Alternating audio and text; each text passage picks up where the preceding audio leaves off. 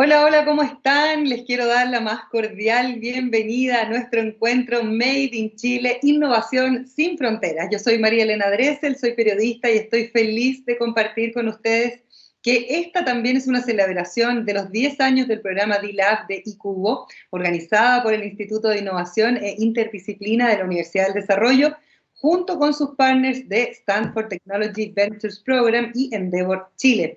Así que estamos súper contentos, doblemente contentos de poder compartir con ustedes una mañana que va a estar llena de experiencias, de conversaciones que no solamente nos van a mostrar el camino para generar más y mejor innovación, sino que también nos va a servir de inspiración para pensar en nuevos modelos de negocio que sean altamente escalables y exportables, por supuesto.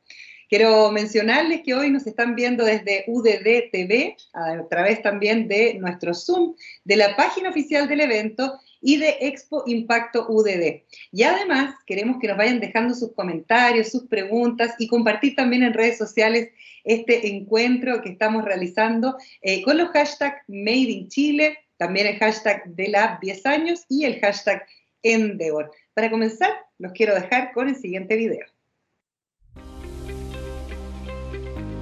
Estamos celebrando los 10 años del D-Lab. Este es un programa que nació hace algo más de una década con la participación de la Universidad de Stanford, que nos ayudó a formular algo que era absolutamente novedoso en ese momento. Un programa interdisciplinario que permitiera a alumnos de nuestra universidad titularse, participando en una experiencia multidisciplinar. Y el D-Lab nació como un programa para enseñar innovación. Es un programa netamente interdisciplinario. Queremos dejarlos muy invitados a este evento que estamos haciendo por primera vez con Endeavor y con el Stanford Technology Ventures Partner, con el STVP. It has been wonderful to see the D-Lab grow from the initial seeds of a thought, of an idea, into something that has been so impactful for so many students. And it's been particularly wonderful to host so many UDD students at Stanford. Please join us on November 17th at 11 a.m. Chilean time for the special event Made in Chile. Quiero dejarlos súper invitados a que participen en la actividad de Made in Chile, Innovación sin Fronteras de la UDD. Es súper importante que tengamos este espacio para hablar sobre innovación. Sé parte de los 10 años del D-Lab. Súmate a los 10 años del D-Lab. De manifiesto queda en Chile y el mundo que la innovación, la tecnología, el emprendimiento son definitivamente claves para pensar en una reactivación económica que no solamente sea sostenible en el tiempo, sino que también sea socialmente sostenible. Y ahí las capacidades y herramientas que se pueden entregar, por ejemplo, desde la academia, pero también desde la empresa, son un motor fundamental para poder desarrollar una cultura de la innovación. Ha costado un poco, pero la verdad es que hemos visto que cada vez esto da más resultados y la gente está más empapada precisamente de estos tipos de términos. Hoy vamos a conocer ejemplos concretos y también sobre esto vamos a poder escuchar más y entender en la ponencia de nuestra invitada internacional Tina Seelig, quien va a presentar después del panel de conversación que yo en unos segunditos les voy a anunciar. Como les decía al comienzo, esta mañana ha sido planeada como un aporte a la inspiración, a la creatividad, pero también con nuestro conversatorio queremos conocer experiencias reales, herramientas reales que nos ayuden a pensar precisamente en esta sociedad cada vez más innovadora y menos desigual. Una conversación, como les decía, desde hechos concretos que vamos a tener con nuestros invitados que han inspirado nuestro encuentro, a Made in Chile, Innovando sin Fronteras, porque aunque estamos al final del mundo, lo hemos podido lograr. Les quiero contar que vamos a estar conversando con Pamela Salazar, es ingeniera civil industrial, y junto a Tamara Albayay crearon el dispositivo tecnológico ALBA, un proyecto que ha sido recientemente premiado por Agoni, uno de los premios con mayor trayectoria e importancia a nivel nacional, y es un proyecto nacido al alero del programa D-Lab de la UDD. Las dos buscaron una problemática dentro del área de la salud y eligieron los accidentes cerebrovasculares, los más conocidos como ACV, un tema que a pesar de los avances tecnológicos en la medicina todavía requiere soluciones que sean más disruptivas, más innovadoras, y hay muchas cosas pendientes que ALBA viene a solucionar, así que bienvenida, Pame, a nuestro panel de conversación. Quiero presentarles también a continuación a Jimena Navarro. Ella es valdiviana de nacimiento, bióloga marina de profesión, lleva 28 años trabajando en la industria salmonera, siempre a cargo de áreas de investigación y desarrollo tan importantes para las industrias de nuestro país.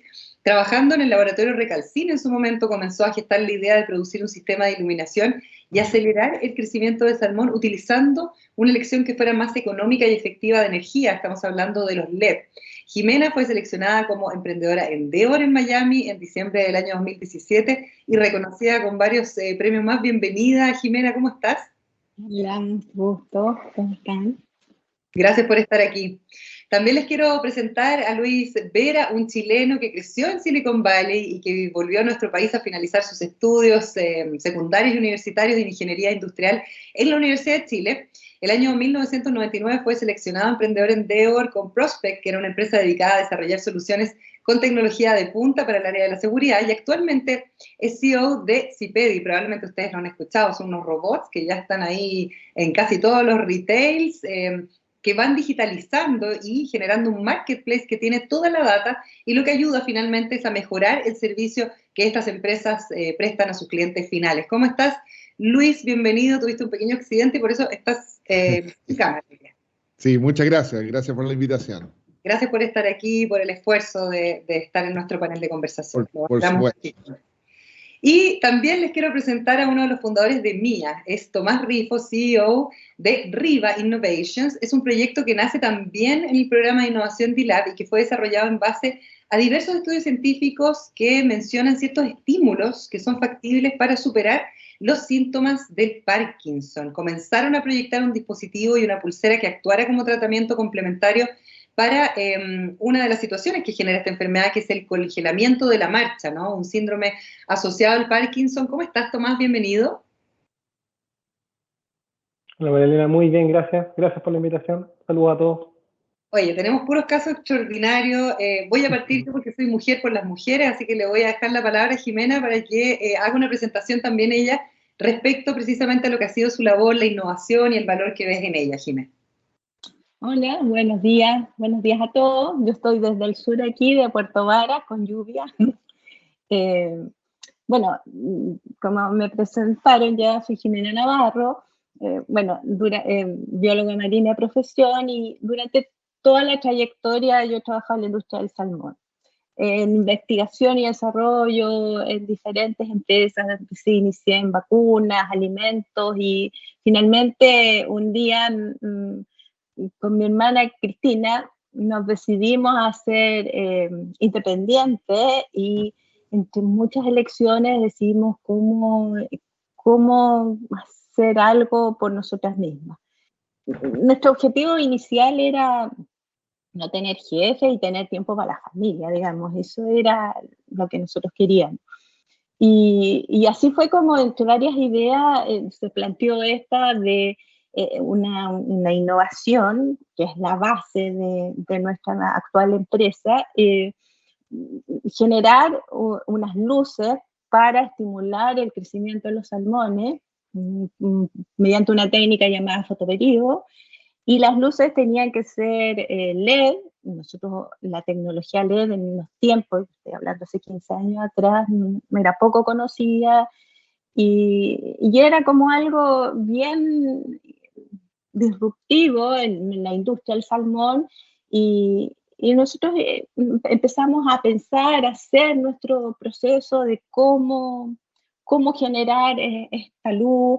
Entonces, lo que hicimos fue poner, la línea de investigación que yo había conocido en las empresas salmoneras donde había trabajado, la línea de investigación de un emprendimiento, de una investigación, de una innovación.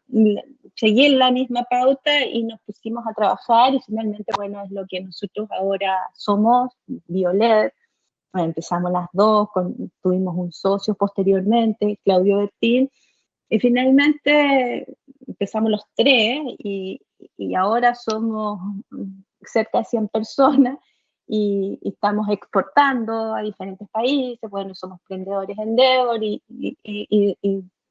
producto de este emprendimiento, las ventajas comparativa de esta luz, que ya ahora son 8 modelos diferentes para diferentes etapas del ciclo productivo del salmón, es que la ventaja es que que los ciclos del salmón, que antes duraban 18 meses, ahora se hacen en 12. Y eso es absolutamente una gana extraordinaria para nuestro cliente. En breve, ese es como el resumen de nuestra empresa y eso es y esa es la experiencia que a lo mejor en este panel yo quiero compartir en realidad con ustedes. Oye, Jimena, vamos a estar conversando más a fondo toda tu experiencia, pero solo una pequeña pregunta. Bueno, tú sigues, ahora estás en Puerto Vara, valdiviana de nacimiento, yo soy sornina de nacimiento, siento muy cercana. Pero tú estás en Puerto Vara y eso sí es el sur del mundo, ¿no? Igual, de todas maneras, llegas a mercados internacionales. ¿Se puede, entonces? Se puede, sí, y mujeres, además que esa es otra historia, porque este mundo, así, digamos, este clúster del salmón, en los inicios era de puros hombres, y entonces mujeres, innovadoras, un producto que costó mucho introducir al mercado por mujeres, fue difícil también, en un mundo de puros hombres. Perfecto, vamos a seguir indagando en toda esa experiencia. Jimena, muchas gracias por esa presentación. Luis, te doy la palabra. Hola, ¿cómo están todos? Muchas gracias por la invitación. Bueno, como decías, yo partí en los 90 con mi primera empresa, que era Prospect, que habíamos partido, estamos poniendo cámaras de seguridad en supermercados y nos dimos cuenta que los pasillos bloqueaban la vista de las cámaras de seguridad. Entonces se nos ocurrió ponerle rieles y mover estas cámaras motorizadas en los techos de los Jumbo, que fue nuestro primer cliente grande que tuvimos. Y hablando de innovación, digamos, ese ya fue una gran innovación, pero después se nos ocurrió que como Chile era una de las grandes, habían puesto fibra óptica en todas partes, podíamos comunicar estas cámaras con los supermercados y darle la visibilidad a sus locales en todo Chile, lo cual fue una segunda gran innovación. Y después nos dimos cuenta que en realidad podíamos empezar poniendo gente centralizada en nuestra oficina, podíamos conectarnos a todos esos locales y dar servicios de control y cosas que podíamos ver, que en su momento eran solamente humanos mirando y tomando y registrando cosas. Hacia el mediados del 2000, 2005, 2006, me fui de esa empresa y partí con la idea de irme a Estados Unidos, y partí haciendo básicamente la misma idea, pero ahora en vez de usar estos rieles empezamos a usar cámaras fijas que ya habían bajado de costo y eran mucho más accesibles. Y básicamente la idea ahí era, digamos, usar estas cámaras y la información para mejorar la atención al cliente en los retail. Por ejemplo, mejorando los largos colas en supermercados, mejorando la atención a servicios en empresas como Sodimac o Home Depot, que en Estados Unidos, Lowe's, que eran clientes nuestros. También trabajamos con Starbucks, tuvimos una gran cantidad de clientes en eso. Logramos levantar mucho capital, ahí con eso me traje la familia a Estados Unidos. Hoy día, de hecho, le estoy hablando acá de San Francisco. Y por ahí el 2013 más o menos, estábamos tratando de solucionar el problema de quiebre de stock, poniendo cámaras en la góndola, digamos, al otro lado del pasillo, para ver qué productos faltaban en la góndola para ayudar a la disponibilidad de productos. Y llega Home Depot y se le ocurre la idea de que por qué no le construimos un robot y que ese robot recorra el local y en vez de estarnos conectando a los sistemas del supermercado y todas esas complicaciones, digamos, dice, ¿por qué no ponen un robot que recorra y así capturas, ponen mejor calidad de sensor y qué sé yo en el robot y concentras hacia un producto plug and play que se puede aplicar a cualquier retail? Lo cual nos encontramos una idea genial, lo tratamos de hacer, levantamos más plata todavía, y después de 1 año y medio de estar tratando de hacerlo funcionar, nos dimos cuenta que era muy temprano la idea para la tecnología, y finalmente, bueno, esa empresa después se la vendimos a otra empresa. No nos fue muy bien en todo caso, en general, al final de harto como 10 años trabajando en esa empresa.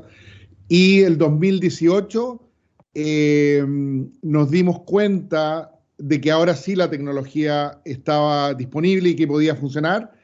Y con eso partimos CPD, que es la empresa que estamos hoy día, y que en realidad ahora finalmente le pegamos bien a la idea, al tiempo, y usando toda la innovación y todo el aprendizaje de todas las experiencias anteriores, hoy día nos está yendo extremadamente bien y estamos ya en Estados Unidos creciendo bien, levantando capital, accesando a los capitales. Estamos hoy día con empresas como Home Depot y otras de nivel, digamos, mundial. Y efectivamente se está viendo que desde Chile se puede claramente hacer una empresa grande, teniendo, digamos, la experiencia y la innovación es correcta en su tiempo. Oye, interesante eso que estás mencionando respecto al momento en el que se desarrolla o se puede aplicar la tecnología. Yo creo que eso es estratégico, ¿no? Sí, o sea, para mí, yo creo que desde las últimas dos empresas, mi gran aprendizaje ha sido que esto, yo antes pensaba que esto era como jugar un juego de ajedrez, y en esta empresa me di cuenta que es realmente como surfear. Hay que tener la habilidad para poder surfear, obviamente, pero hay que tener la capacidad de ver dónde viene la ola y en qué tiempo va a llegar para saber dónde me coloco y después tener el equipo adecuado para poder surfearla mejor dependiendo del, digamos, del tipo de ola, el tamaño de ola, etc. Entonces, como un juego de mucho de timing y de conocimiento y de skill importante. Yo te voy a preguntar un poco más por esas herramientas, también quiénes te acompañan surfeando esa ola, porque eso es muy importante. Eso clave, el equipo es todo al final, eso, o sea, una cosa es surfear y otra es con el equipo correcto. Exacto, ya vamos a hablar un poquito más. Gracias por contarnos de CPD y cómo han ido creciendo y cómo te puedes instalar ya en Estados Unidos. Pamela, felicitarte porque recientemente has recibido una Boni, que es un premio que finalmente tiene que ver con la cantidad de innovación que se puede aplicar a través de las empresas y estos proyectos, pero también es un premio que tiene mucha notoriedad en nuestro país. Alba, cuéntanos un poquito más de Alba, Pame. Sí, bueno, muchas gracias por las felicitaciones. Para nosotros realmente es un honor. Consideramos que en toda esta etapa ya de pandemia recibir este tipo de reconocimientos te hace sentir que el camino que estamos recorriendo es el indicado, así que estamos muy contentos y bueno, Alba principalmente nació para, como tú mencionaste bien en un comienzo, para los accidentados cerebrovascular. Vimos un dolor que no estaba siendo resuelto y que en el fondo queríamos tratar de crear algo que realmente estuviera pensado 100% para el usuario. Nos dimos cuenta que habían alternativas, pero que esas alternativas generalmente no eran pensados para ellos y que en el fondo hacía que la rehabilitación no fuera la correcta y no fuera la adecuada. Y ahí fue donde tomamos la decisión de crear este dispositivo que busca que las personas puedan hacer una rehabilitación correcta en el tiempo adecuado y que en el fondo puedan volver a reintegrarse a la sociedad. Y ya con este dispositivo creamos la empresa YouMove, donde la idea no es solamente quedarnos con Alba, nuestro primer dispositivo, sino que lo que queremos tratar de buscar es poder crear una empresa que cree dispositivos médicos, que cree soluciones que ayuden en los procesos de rehabilitación y que Alba sea uno más de los dispositivos que ayuda a cumplir esta visión que tenemos como empresa. Oye, Pamela, el tener una visión que está ligada en este caso al área médica, pero también una visión bien social, porque el tema de la rehabilitación queda un poco como, por decirlo en buen chileno, a trasmano, ¿no? Después de que alguien padece, en este caso un accidente cerebrovascular, y hay varias temáticas que implica eso, que dan cuenta un poco como de la desigualdad también a la hora de tener que acceder a estos tratamientos. Cuéntame un poco cuál es la visión que tienen ustedes. Sí, eso es lo que más impacta en el momento de la rehabilitación. O sea, podemos darnos cuenta de que al sufrir este accidente, si bien está cubierto por el GES, no entrega la rehabilitación en el tiempo adecuado, donde el accidentado cerebrovascular tiene una temporabilidad, pero súper detallada. O sea, son los primeros 6 meses y el primer mes y medio es donde se tiene el mayor potencial de recuperación, y lamentablemente ese potencial no se recupera después de tomar una rehabilitación posterior a ese tiempo, y estamos viendo de que las personas que se atienden en el sistema público, que quizás no tienen los recursos para poder complementar esta rehabilitación, se ven afectados de que empiezan con un proceso de rehabilitación después de los 2 meses, o sea, ya perdieron todo el mayor potencial y algo súper impactante. Entonces, como empresa tenemos la visión y tenemos la misión de que queremos tratar de sacar dispositivos que lleguen en ese tiempo y que en el fondo sean de fácil acceso para las personas, poder tener métodos que sean cómodos para todos y que sean accesibles. El propósito, muy importante, vamos a estar hablando también del propósito ahí cuando podamos conversar todos con todos, que les voy a pedir que se interrumpan, que no tengan ningún problema, yo estoy aquí para conducir, pero por supuesto la palabra es suya, pero quiero dejar a Tomás para que nos cuente un poquito más de su experiencia y también, por supuesto, de todo lo desarrollado en cuanto a esto de poder paliar de alguna manera los síntomas del Parkinson, Tomás. Sí, así es. Hola, buenas. Bueno, nosotros desarrollamos MIA, que es un dispositivo de ayuda técnica para personas con enfermedad de Parkinson, que busca devolver el movimiento, la independencia y la autonomía en la vida de estas personas. Nosotros partimos, bueno, aún estamos ya en desarrollo, estamos con la venta de nuestros primeros dispositivos, pero partimos el año 2018 en el programa DILAB de la Universidad del Desarrollo. Esto partió como proyecto de título, en donde tuvimos que partir desde una problemática y levantar los dolores de las personas en este caso. Fui compañero también de Pamela, partimos al mismo tiempo en el programa, y en nuestro caso lo que tuvimos que hacer fue ir al Gemba, como se llama, que tuvimos que estar en las agrupaciones con las personas con enfermedad de Parkinson y ver cuáles son sus principales dolores. Y ahí, bueno, nos dimos cuenta que realmente el principal dolor de una persona con enfermedad de Parkinson no es tener los síntomas propios de la enfermedad, sino que es porque ellos se van acostumbrando a sus síntomas, pero sino que es cómo nosotros los vemos a ellos. Y desde ahí empezamos a ver y buscar alternativas de poder apoyarlos en su día a día de una manera disimulada y que no entorpeciera un poco más su día a día. Y es así como vimos que estaba el síntoma de freezing o congelamiento de la marcha, que lo padecen hasta el 60% de las personas con enfermedad de Parkinson en etapa avanzada, y que no era uno de los síntomas tan conocidos. Uno generalmente piensa en el Parkinson y lo asocia a otros síntomas de la enfermedad, que es el temblor. Pero nosotros nos dimos cuenta que este síntoma lo padecían muchas de estas personas y empezamos a buscar alternativas. Y ahí es donde empezamos ya a hacer el estudio de mercado y buscar desarrollar algo que pudiese ser complementario a la enfermedad. No es que la persona tenga que, por ejemplo, dejar de utilizar sus medicamentos, sino que es algo complementario. Perfecto. Oye, tanto Tomás como la Pami, yo lo decía antes, estuvieron precisamente en este programa de DILAB, que además celebra los 10 años, como yo decía al comienzo, y que fue creado originalmente con la Universidad de Stanford, lo cual permite pensar inmediatamente que estos proyectos son escalables. Son problemáticas además a nivel internacional que ustedes identifican, ¿no es cierto? Probablemente parten de manera local, pero me gustaría que me explicaran un poquito, antes de comenzar a conversar de otras cosas, cómo funcionan estos dispositivos. En el caso tuyo, Pame, ¿cómo funciona? Bueno, ALBA es un dispositivo kinésico cognitivo, el cual cuenta con un hardware que en el fondo ayuda a las personas a poder hacer su proceso de rehabilitación del tren superior. Cuenta con distintas características que la idea o nuestro fin era poder entregarle la autonomía en su rehabilitación a las personas.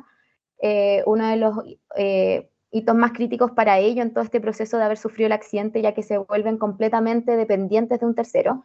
Entonces nuestra misión ahí era poder en el proceso de rehabilitación entregarle la autonomía.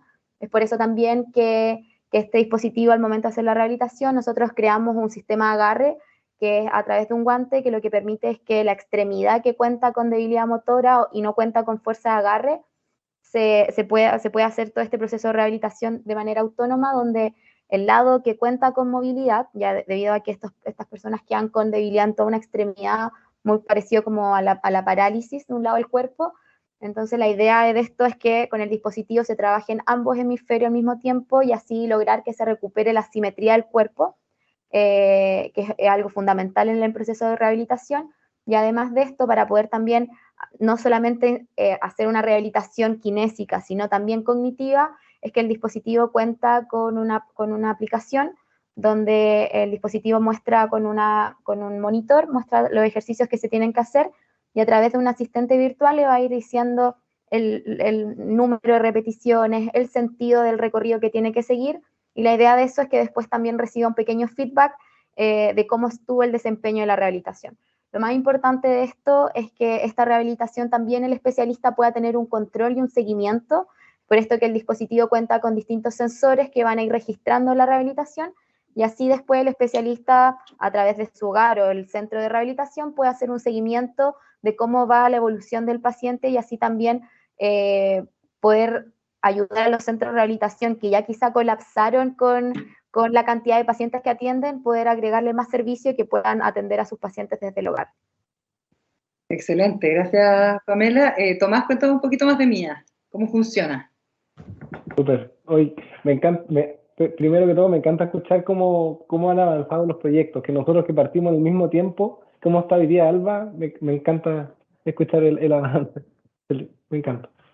Bueno, Mía, ¿qué es lo que es? Lo que entrega Mía son 3 estímulos externos, que lo que hacen es concentrar a la persona para poder iniciar su marcha nuevamente.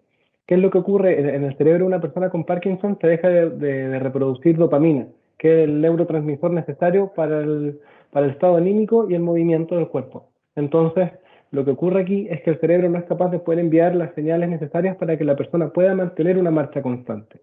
Y estos estímulos externos lo que hacen, que están validados por estudios científicos, es concentrar a la persona, que no se desconcentre con las distintas variables que pueden haber, como al cruzar por debajo del marco de una puerta, al realizar giros, cuando se le cruza una persona enfrente, la persona va caminando, queda con los pies inmóviles y no los puede volver a levantar.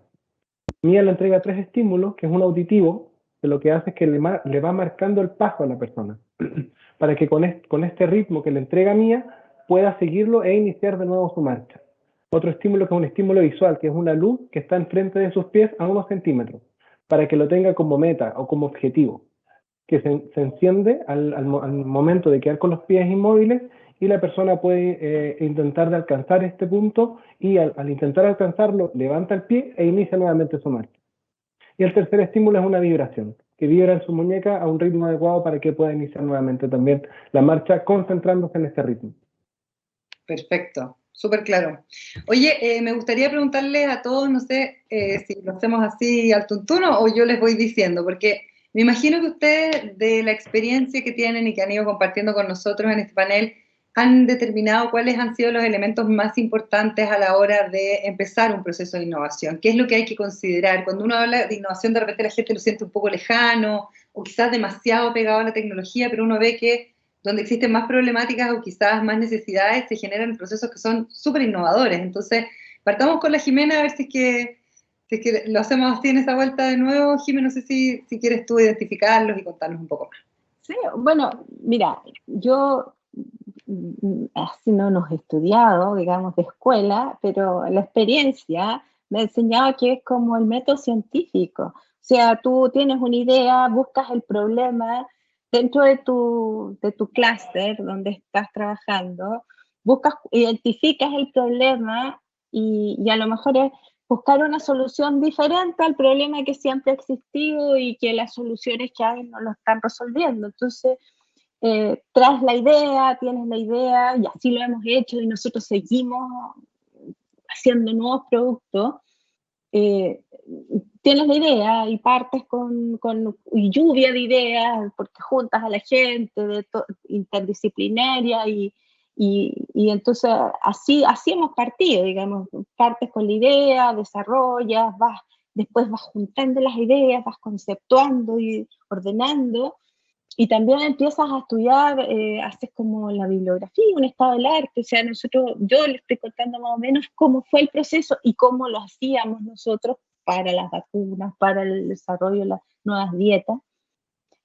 Estudias todo lo que existe, todo lo que hay, estudias tu mercado, estudias tu cliente, te pones en los pies de tu cliente y si la solución, qué es lo que quiere y qué va en estos tiempos.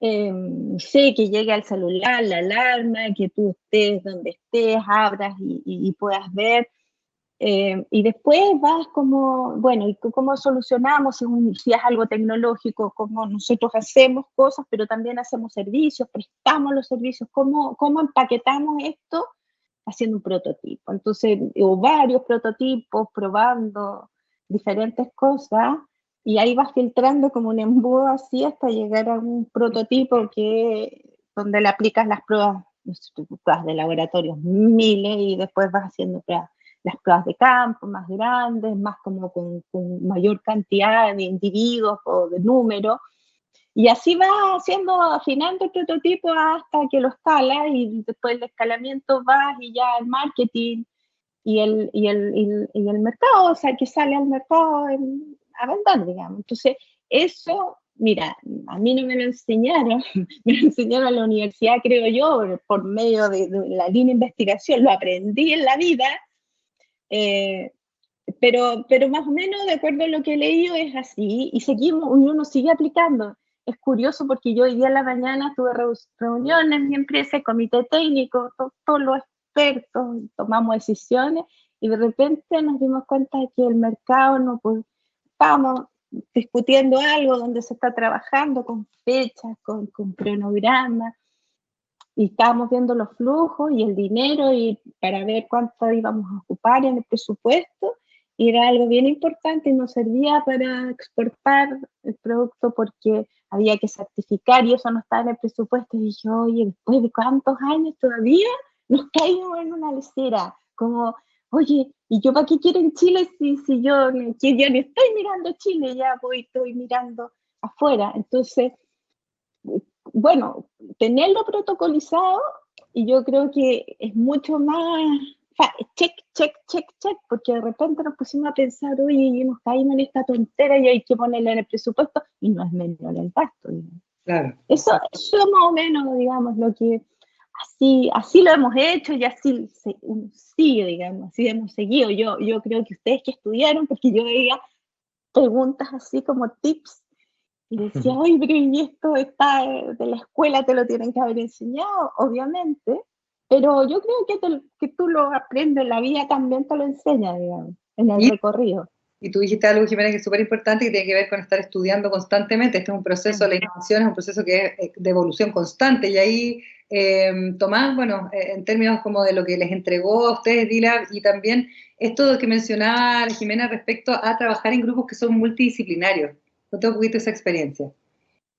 Sí, bueno, y también como para complementar un poquito lo que decía Jimena recién, es que yo creo que como de la parte más importante a la hora de innovar, casi todo lo que nosotros hacemos en el día a día, todas nuestras actividades son un proceso y se siguen según una secuencia, las seguimos según una secuencia de pasos para lograr nuestro objetivo. Entonces yo creo que una de las cosas más importantes a la hora de buscar innovar es mantener un orden, es saber dónde estamos comenzando y dónde queremos terminar, y así poder ir como concretando cada etapa de nuestro proceso de innovación al final. Y eso también yo creo que, como me preguntaba recién, a nosotros en la escuela, en la universidad, nos inculcaron eso, porque nuestro proceso de innovación fue en base a una metodología que tiene ciertos procesos, que es Design Thinking, que es la metodología que se utiliza hasta hoy en día en el programa D-Lab en la universidad, que tiene etapas súper definidas, las etapas de empatizar, de definir, idear, prototipar. Entonces, uno va cumpliendo cada etapa y ya va viendo que el ciclo va avanzando hasta llegar a un prototipo funcional.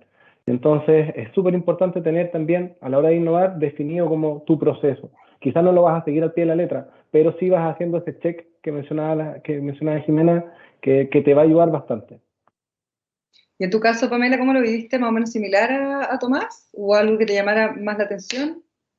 Sí, yo creo que acá, como muy bien mencionó Tomás, primero hay que entender, como lo dijo súper bien, que la innovación es un proceso, que tiene esta metodología, que tiene etapas y que realmente todas son súper necesarias para poder realmente desarrollar un buen proyecto, y que en el fondo esto nos va a poder ayudar a poder disminuir los riesgos y aumentar la probabilidad de éxito. O sea, la innovación muchos lo ven como algo de diseño quizá, o no le entienden un poco que hay una metodología súper cuadrada y que en el fondo los emprendimientos generalmente tratan de partir por la solución, que dicen, no, ¿para qué voy a perder el tiempo en todo este proceso de empatización, de poder llegar al tiro a la solución? Mejor hago ese proceso, y no entienden que la mayoría de los emprendimientos o startups fracasan por eso, que que la innovación se centra en las personas, ¿sabes? Eso es lo primero que uno tiene que entender, que hay que entender súper bien el qué le afecta, el cómo le afecta.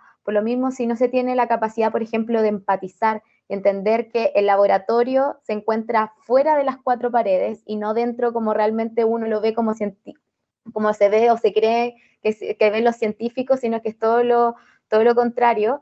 No se va nunca a lograr generar una innovación que sea sostenible y que esta en verdad sea sostenible en el tiempo, y mucho menos con lo que generalmente ahora se busca, que sea con triple impacto.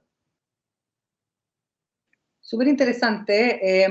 Mencionábamos antes con Luis el tema del time to market, por decirlo de alguna manera, o el momento en que también uno llega con esa innovación o con esa tecnología, y precisamente Luis te quería preguntar un poco desde tu experiencia, porque ¿qué tan importante es este concepto cuando uno piensa precisamente en generar innovación?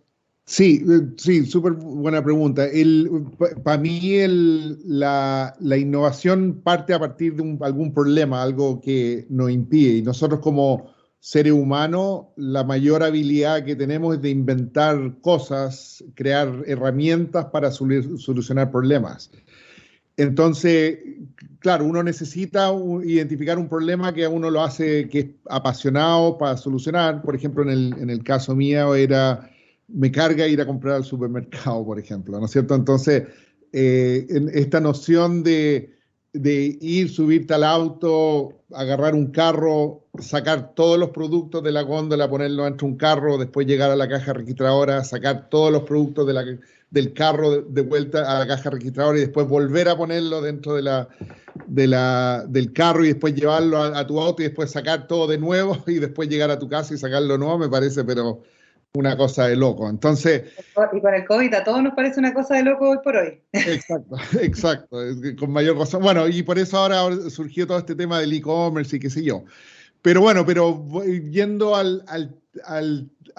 tu pregunta, nosotros visualizamos que una manera de poder ayudar a este problema era poder usar la gestión remota, ¿no es cierto? Que eran las cámaras en su momento, en los 90, y nosotros pensamos que teníamos una excelente idea, pero no consideramos bien los costos que iba a salir la idea y ni el timing y la factibilidad de hacer ciertas cosas en su momento. Entonces, hay una restricción técnica ahí que yo creo que en la primera empresa estuvimos como 20 y tantos años adelantados a nuestro tiempo.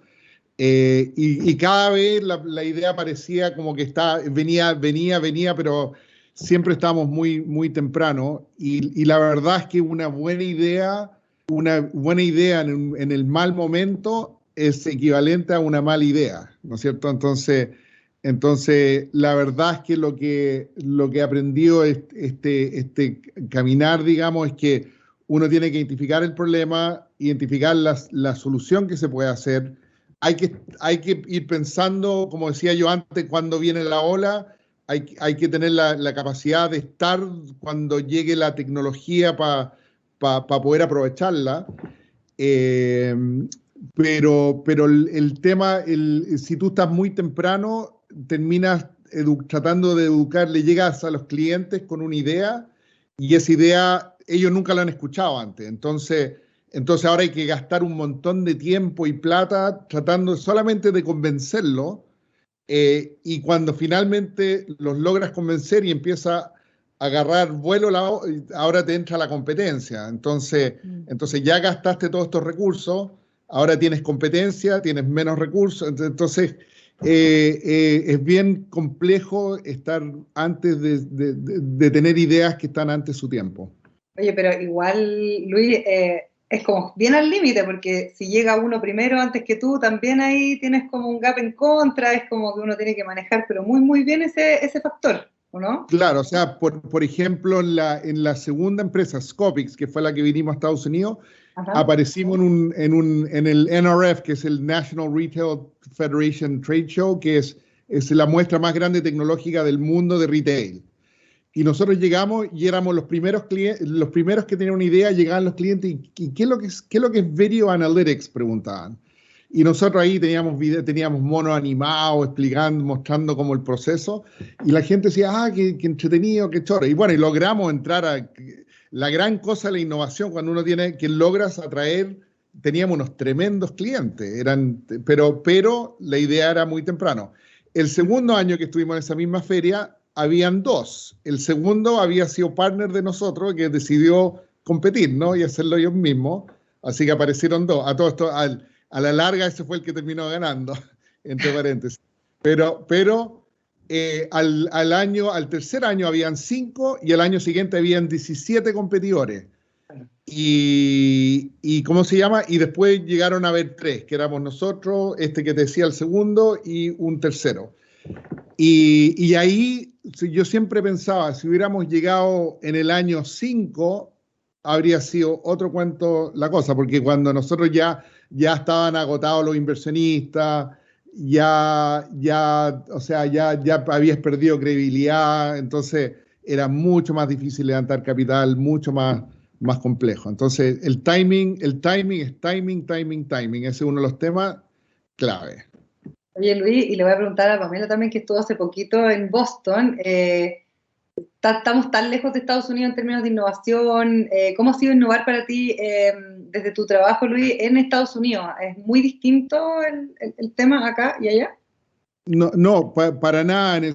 O sea, yo creo que los seres humanos somos los mismos, la educación es más o menos la misma, pero hoy día todas estas tecnologías que hay de las redes, esta misma conversación que estamos teniendo a lo largo de Chile y Estados Unidos, esto era imposible antes, entonces esto achica el mundo y hace posible que tú puedas tienes las mismas ventajas que tienes acá en Estados Unidos. Nosotros hoy día técnicamente le estamos ganando a empresas que han metido $100 millones y nosotros hemos metido una fracción. Lo mismo hemos visto con Notco, que ahí tiene otra empresa, ejemplo de una empresa chilena que con una fracción del capital, con un equipo increíble, logra hacer cosas iguales o superiores a lo que se hace acá en Estados Unidos. Entonces, yo no creo que ese es el tema. Las complicaciones van por otro lado. Y en Chile, por ejemplo, para nuestro caso, si nosotros estuviéramos haciendo esto en Chile, la mayor cantidad de nuestro equipo está en Chile, la gente técnica son chilenos, y tenemos la ventaja que si estuviéramos acá compitiendo en Estados Unidos, yo estaría yendo a las universidades, por ejemplo, que están los Google, los autos autónomos, cosas súper sexy, que los alumnos van a gravitar a eso versus lo que pueden gravitar a nosotros. Entonces tenemos una ventaja ahí también de que retail, por ejemplo, en Chile es súper importante, es una industria sexy a diferencia de acá de Estados Unidos. Entonces nos da una ventaja adicional poder tener un equipo así que digamos en Chile, que no estamos compitiendo con los grandes puestos de AI de las empresas grandes como Apple y Google y Facebook y todo eso. Interesante lo que estás mencionando. Además, es como que fuéramos un pequeño laboratorio como para después salir al mundo, ¿no es cierto? Eso lo han dicho. Sí, para nosotros siempre en Chile el mercado es tan pequeño que no puedes pensar en hacer un negocio grande ni tener una buena salida si estás considerando ese mercado. Tienes que considerar el mercado global, si no estás pensando mercado global, entonces no puedes entrar al juego de la inversión porque no van a tener el retorno que están esperando con tu negocio. Entonces tú tienes que convencerlo de que no solamente puede ser un jugador importante, ojalá mostrarle que puede ser el jugador número 1 de este espacio, que nosotros creemos que nosotros estamos hoy día en esa posición, y después, digamos, convencerlos de que tus aspiraciones son llegar a nivel global. Y nosotros hemos convencido eso, y los inversionistas están reaccionando de acorde, y hoy día hace unos días recibimos un term sheet que nos valora sobre los $100 millones. Así que estamos avanzando. Súper bien. Oye, Pamela, ¿y tú fuiste a Boston? Cuéntanos un poquito a qué y cómo fue tu experiencia también respecto a lo que estaba comentándonos Luis. Sí, llegamos hace 2 semanas desde Boston. La verdad es que fue una increíble experiencia y tuvimos la oportunidad de viajar debido a que ganamos el programa Chile Más Emprende. Y ahí tuvimos la oportunidad de estar un mes teniendo asesorías con la aceleradora Más Talent, con distintos mentores que son fundamentales, por lo menos en nuestra área de la innovación en salud. Nosotros como equipo íbamos con mucho miedo de llegar allá y pensar que nuestra tecnología estaba obsoleta, o sea, que nuestro nivel de tecnología era, no sé, que íbamos a encontrarnos con una innovación en salud increíble, y la verdad es que por suerte eso no fue así. Por suerte fue todo lo contrario. La verdad es que nos sentíamos súper orgullosos de que no se viera algo como lo que estábamos desarrollando nosotros. Lo único que sí que yo noté tanto una diferencia como desde Estados Unidos o Boston principalmente con Chile, es el tema de la innovación en salud. Existe mucha la cultura de innovación en salud. Boston es uno de los mayores ecosistemas que invierte en innovación en salud. Las universidades trabajan directamente con los centros de salud, con los hospitales, etcétera. Entonces se ve mucha innovación en salud, o sea, y lo que pasa en Chile que todavía eso no se está desarrollando tanto, y es un poco que siempre tratamos de invitar a los equipos médicos que estas tecnologías no quieren, no sé, afectar al bienestar del paciente, ni mucho menos, todo lo contrario. O sea, queremos tratar de ser un apoyo para los pacientes y sobre todo también un apoyo para los mismos especialistas. O sea, hoy en día no se pone en duda el gran labor que ellos desarrollan, pero ya se está viendo que uno tiene que también recibir aportes de otro tipo de tecnologías que hoy en día vemos, no sé, 3 especialistas en un gimnasio de rehabilitación que no da abasto con la cantidad de pacientes que tiene que atender, donde si hubiera mayor capacidad de insertar tecnología, podrían ayudar a todos los procesos de rehabilitación, que en el fondo es el fin de lo que se busca. Pero eso, yo creo que es lo que más nos sorprendió, el ver cómo se utiliza la innovación y cómo se ve la importancia de la innovación en salud. Oye, importante lo que tú estás diciendo también. Yo creo que para Luis, bueno, Tomás, y después le voy a hacer una pregunta a la Jimena, porque efectivamente muchas veces la gente ante el desconocimiento o quizás el no saber efectivamente cómo manejar la tecnología, la siente como una amenaza, y finalmente, bueno, hemos visto un montón de reportes del World Economic Forum y otros estudios que hablan sobre que se van a eliminar algunos empleos, ¿no es cierto?, que son esos empleos que son más repetitivos, que son, no sé, aquellos que se han ido eliminando ya, pero por otro lado también hay una amplia posibilidad de que se creen muchísimas nuevas especialidades y empleos. Entonces, ¿cómo lo ven ustedes desde ese lugar, Tomás, por ejemplo? Yo, bueno, por lo que escuchaba a Luis y a la PAME, creo que en Chile en realidad quizás es un poco más la cultura, la cultura de innovación no está muy desarrollada. Si bien yo creo que hay apoyo, pero nos falta un poco más de convencimiento. No solamente de los que estamos buscando innovar, sino que a los que nosotros queremos llegar. Que yo creo, no sé cómo habrá sido quizás el caso también de Jimena, cuando empezó a traer esta nueva forma de hacer crecer los salmones, cómo lo insertó en la industria, quizás también fue muy difícil traer algo nuevo. Yo creo que por ahí va el tema de fomentar más la cultura, del convencimiento tanto de los que buscamos innovar, de como quiénes serían nuestros usuarios, de que confíen y de que es posible, pero para eso necesitamos el apoyo del ecosistema completo, no solamente del que se atreva a hacer cosas nuevas. Sí, o Luis, sí, conversen nomás.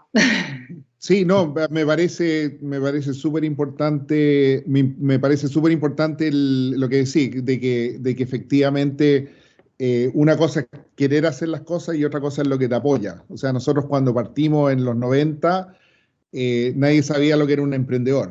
En la universidad me decían que estaba loco, que por qué no estudiaba, yo estaba estudiando ingeniería eléctrica porque quería tener las herramientas para hacer, y me decían, oye, pero ¿para qué vaya a correr el riesgo? Mejor consíguete una pega en una empresa grande y vive tranquilo, qué sé yo, ¿para qué te vayas a estar haciendo tal tontera?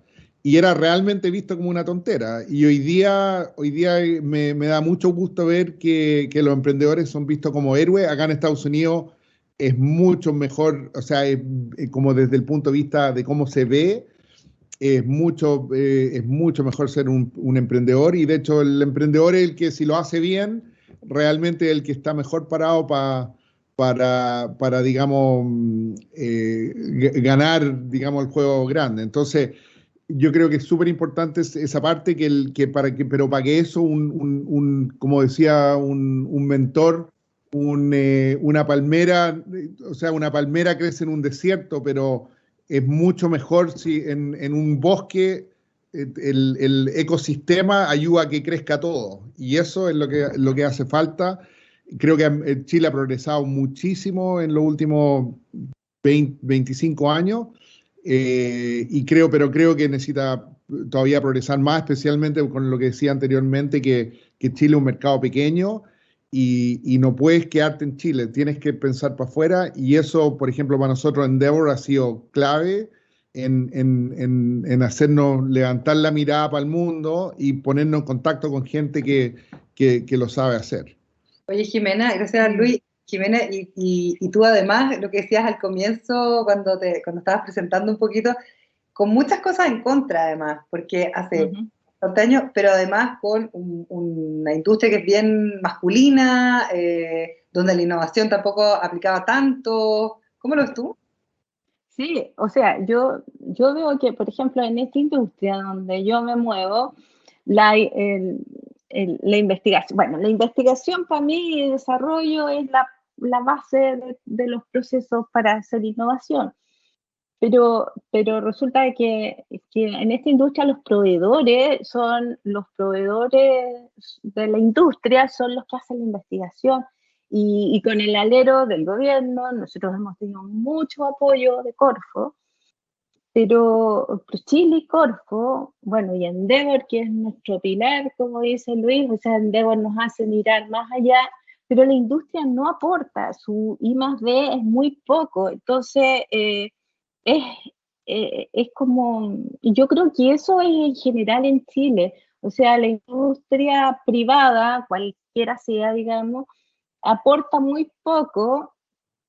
Ellos en sus investigaciones son internas y son muy cerradas y demasiado tecnológicas, o resuelven problemas concretos a corto plazo, pero no hay investigaciones, no hay un fondo de tecnología donde se junten todas estas instituciones, son muy pocos. Entonces yo aprendí que la empresa, el proveedor, la empresa privada investiga sus productos secretamente, los desarrolla y bueno, y llega al mercado con las innovaciones, con los prototipos. Y eso yo creo que es lo que falta en Chile, porque nosotros hemos recorrido Noruega, que es, digamos, este nicho es muy chiquitito, los salmones están en Chile, en Noruega y un parte en Canadá y en el Reino Unido. Entonces, el nicho esto de la técnica, esta que fotoperiodo se llama, es algo, es muy contado, y yo los tengo clasificados a todos y sabemos exactamente, es un mercado chico, mercado nicho, y es difícil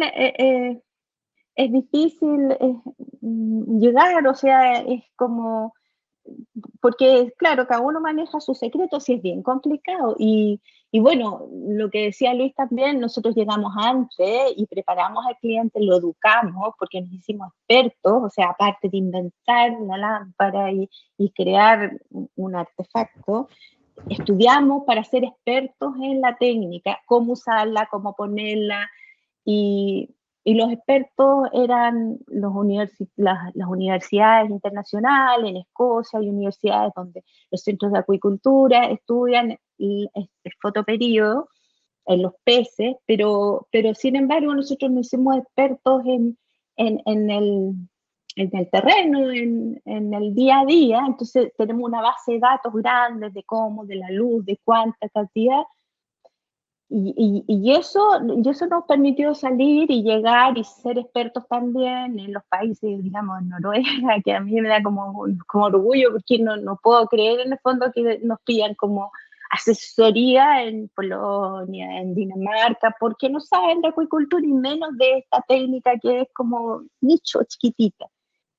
Y bueno, nos costó también mucho, porque cuando nosotros empezamos el 2006, éramos dos mujeres, señoras de la casa, bueno, y qué sé yo, y siempre yo había trabajado, muy conocida porque había trabajado siempre en la salmonicultura, y bueno, pero después llegar con un invento, y nosotros una vez nos daba risa, porque primero era, ay, qué bonita su idea, ¿y de dónde las van a traer? No, si las vamos a hacer nosotros, las estamos haciendo. Y después llegar con una vez, yo dije, ¿sabes qué? Yo voy a andar con mi lámpara en una maleta para mostrarla, que no es una idea que está en mi cabeza, y qué bonito, y de dónde las traen, y qué lindas estas señoras que andan vendiendo esto, digamos. Claro, las vendedoras.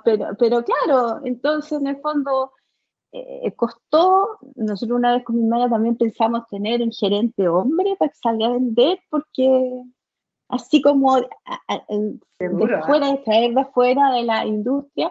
Bueno, pero así uno se va ganando el espacio, te vas ganando el espacio, y llegó el momento en que esto era indispensable porque hubo una disyuntiva, un problema sanitario grave y una crisis que nos ayudó a subir, y la empresa creció exponencial, que iba en una empresa que tuvimos que pagar este noviciado de llegar muy antes, porque era como algo como y la NASA, el artefacto que nosotros hicimos. Oye, Jimena, y en ese sentido se me viene a la cabeza una cosa que habíamos conversado ahí fuera de micrófono con los organizadores de este evento, y que tiene que ver con el tema de las patentes y el registro de aquellas innovaciones. Cuénteme cómo lo han manejado. Primero partamos por ti, Jimena, porque tú estás diciendo teníamos algo que era realmente único. ¿De qué manera también esa idea se protege y también para poder generar un nuevo modelo de negocio, etcétera?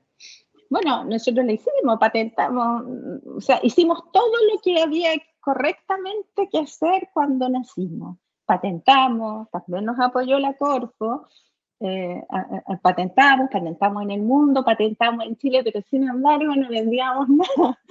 Teníamos un producto muy lindo, un prototipo maravilloso que funcionaba, porque también lo probamos, pero no lo vendíamos porque no existía la necesidad, porque la necesidad sí existía, no se veía, todavía no se veía el potencial que esto podía traer.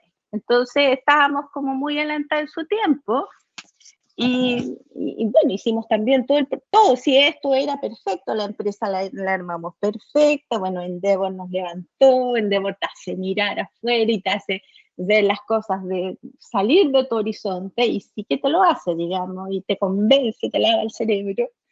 Y patentamos, hicimos nuestros procesos, y fácil, digamos, no fue tan complicado. Oye, no fue tan complicado. Y para ustedes, Pamela, por ejemplo, ¿cómo lo vivieron? ¿Les ayudó también haber estado en D-Lab quizás en estos procesos? Sí, nosotros la verdad es que salimos de la universidad y nos decían patenten, pero tampoco teníamos mucho conocimiento de eso. O sea, claro, estuvimos todo un año conociendo todas estas metodologías de innovación y emprendimiento. Yo la verdad es que anteriormente nunca se me había ocurrido dedicarme al mundo del emprendimiento, y claro, cuando ya vemos que salimos de la universidad, vemos la solución, vemos que no hay cosas parecidas. Empezamos con el proceso de patente ya el año 2019 y actualmente todavía estamos en ese proceso, se demora bastante, así que todavía estamos como esperando la resolución del perito, pero ahora estamos haciendo todo el proceso para poder extenderlo a una PCT y poder patentar en países que sean estratégicos para nosotros. Oye, parece que es más fácil patentar en mercados como el norteamericano, incluso el asiático, Luis, que patentar en Chile, ¿no? Sí, es más o menos parecido, no es mucho más complejo. De hecho, en Chile igual no es que exista toda la cultura de patentes, pero es posible también patentar acá. Y de hecho acá creo que en Chile somos como una zona local para poder presentar patentes en otros países. ¿Ah, sí? Sí, el tema de las patentes es que tú patentas cuando necesitas patentar un proceso de cómo llegas de punto A a punto B, y eso tiene que ser único para que la patente realmente valga. Entonces hay que poder saber identificar cuando realmente tiene algo que vale la pena proteger. especialmente cuando estás como emprendedor, igual patentar para que te sirva para atacar al mundo, digamos, es caro porque hay todo un proceso y hay que estar metido, hay que primero tener gente dedicado y después hay que estar pagando los abogados y qué sé yo en muchas partes. Entonces, es un tema que hay que mirarlo. Yo he visto que los inversionistas, por ejemplo, acá en Estados Unidos, no se preocupan mucho de eso en la medida que no esté infringiendo y en la medida dependiendo de tu modelo de negocio. Hay otras industrias, me imagino que la que están metidas ustedes, que es mucho más relevante porque hay procesos que son únicos, que ocurren de una sola manera y en el caso nuestro son más bien modelos de negocios que si tú sales y eres como el primero que lo está haciendo, ideal si puedes tener una patente, pero si no, lo vuelves tú mismo impatentable. ¿Y tú, Tomás, cómo ha sido tu experiencia con eso? ¿Te has acercado al mundo ya? ¿Cómo? No escuché lo último. ¿Al mundo de las patentes ya? ¿Has tenido como un acercamiento? Sí, en D-Lab nos hicieron un módulo de patente en la universidad. Entonces ahí fue como nuestro primer acercamiento. Algo aprendimos, como que nos introducimos un poco en el mundo, pero ya saliendo de la universidad, queriendo seguir con nuestros proyectos, empezamos, es tarea de uno al final investigar y saber cómo se hace. Sí, que también es como Jimena Corpo en ese sentido también nos apoyó, nos orientó en el proceso de, nosotros actualmente tenemos una patente en trámite también, es una etapa, partimos en diciembre del 2019, y lo tenemos en trámite, y no es un proceso corto, es largo, siempre de repente te la están rechazando y uno tiene que estar, o sea, no sé si la palabra es rechazar, pero te la... Observaciones. Eso era. Te entregan observaciones que uno tiene que ir reivindicándolas y entregar las reivindicaciones, eso es. Entonces, es un proceso largo, pero yo creo que acá podemos hacerlo también. Oye, vamos a empezar a recoger algunas preguntas de nuestros webvidentes, como les digo yo, pero me gustaría hacer una reflexión en esta parte de la conversación final respecto al concepto que hoy día hemos querido abordar, que es este Made in Chile e innovar para el mundo, ¿no? ¿Cómo lo han vivido ustedes? ¿Cómo lo ven? Si pudieran hacer alguna reflexión que le quedara a aquellas personas que nos están viendo y escuchando hoy día, y que finalmente incentivara el pensar, como decía Luis en algún punto, en que mi innovación o mi proyecto es fácilmente exportable o que puede abarcar otros mercados. Pamela, ¿quieres empezar tú? Que asiente con su cabecita. Sí, es que yo creo que es fundamental el no quedarse con la mente de que si no me resulta en Chile es porque mi proyecto, mi startup no debería funcionar. Yo creo que quizá lo que falta acá es incentivar y el demostrar que Chile es una ciudad de Estados Unidos o es una ciudad de otros países y que uno tiene que pensar en algo global, o sea, el tratar de que tu solución sea escalable y que ahora yo creo que la pandemia demostró que algo bueno que trajo la pandemia, que el mundo estamos todos conectados y que la posibilidad de poder llevar tu solución a otras partes del mundo cada vez es más fácil. Ahora podemos ver que tenemos reunión, por ejemplo, ahora está Luis, que está desde Estados Unidos conversando con nosotros. Entonces yo creo que es mostrar esa importancia de que por lo menos los emprendedores se crean el cuento y que traten de pensar en un modelo de negocio o en una visión de que Chile sea el punto de partida, que es tu país, ser patriota está perfecto, pero no solamente quedarte acá porque no es el mercado realmente que uno debería querer como atacar. Sí, yo agregaría que, por ejemplo, en el caso de mío, que yo estoy ubicado, imagínate, termino la otra empresa, estoy ubicado acá en California, en Silicon Valley, en el corazón del mundo de este tipo de cosas, y me toca tomar la decisión de cómo parto mi siguiente empresa, y la idea que tenía en ese momento era que el problema que habíamos visto con la tecnología que estamos haciendo esto de los robots, que los robots son muy caros para que una industria como la del supermercado o del retail la pueda pagar, la pueda solventar, ¿no es cierto? Entonces, Entonces, la idea genial o la innovación que tuvimos, la gran que nos hace diferente que el resto, es que queríamos democratizar eso. Entonces, para democratizarlo quería decir que no solamente el supermercado pague, sino que los proveedores también y los de última milla, etcétera. Entonces, que si cada uno pone su granito de arena, entre todos pagan el robot. Esa fue la idea. Entonces, para hacer eso, el pensamiento fue, parto acá en Estados Unidos, pero para que en Estados Unidos esto le sea interesante a una Coca-Cola, un Pepsi, alguno de esos, tengo que estar en 10.000 locales. Entonces el pensamiento fue, para ponerlo en 10.000 locales, tendría que construir 10.000 robots, y al costo que sale fabricar un robot, o sea, era imposible. Entonces, la idea entonces fue, partamos de Chile, usemos Chile como un mercado piloto, y de hecho partimos, lo probamos en Sodimac, y con Sodimac fuimos a Home Depot, y con ya la solución funcionando, y logramos que Home Depot nos diera un contrato grande para expandirlo en Estados Unidos. Y en paralelo empezamos trabajando con Jumbo, que como decía yo fue mi primer cliente en la primera empresa, así que los conocía, digamos, logramos entrar, y entonces empezamos y desarrollamos este modelo de los proveedores, la democratización que estaba hablando, donde la masa crítica en Chile resultó ser 70 locales y no 10.000. Entonces, mucho más fácil hacerlo así. Y partimos, y ahora finalmente logramos demostrar el modelo en Chile, y ahora estamos haciendo lo mismo que hicimos con Home Depot, ahora lo estamos trayendo a la industria del supermercado. Y eso sí, o sea, el punto es que estando en Estados Unidos y pudiendo hacerlo en Estados Unidos, igual preferimos partir en Chile.